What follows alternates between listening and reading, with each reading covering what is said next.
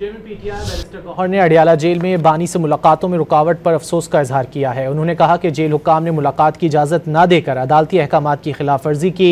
मुलाकात का मकसद बानी पीटीआई से भारत के साथ कशीदगी की सूरत हाल पर बात करना था।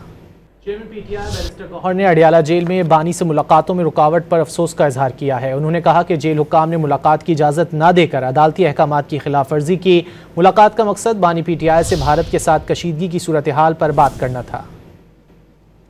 को बिल्कुल गैर मुनासिब है। ये अदालत की जो अहकामात है उसकी खुल्ला खिलाफ वर्जी है। भी एक ऑर्डर पे भी आज तक अमल दरामद नहीं हुआ।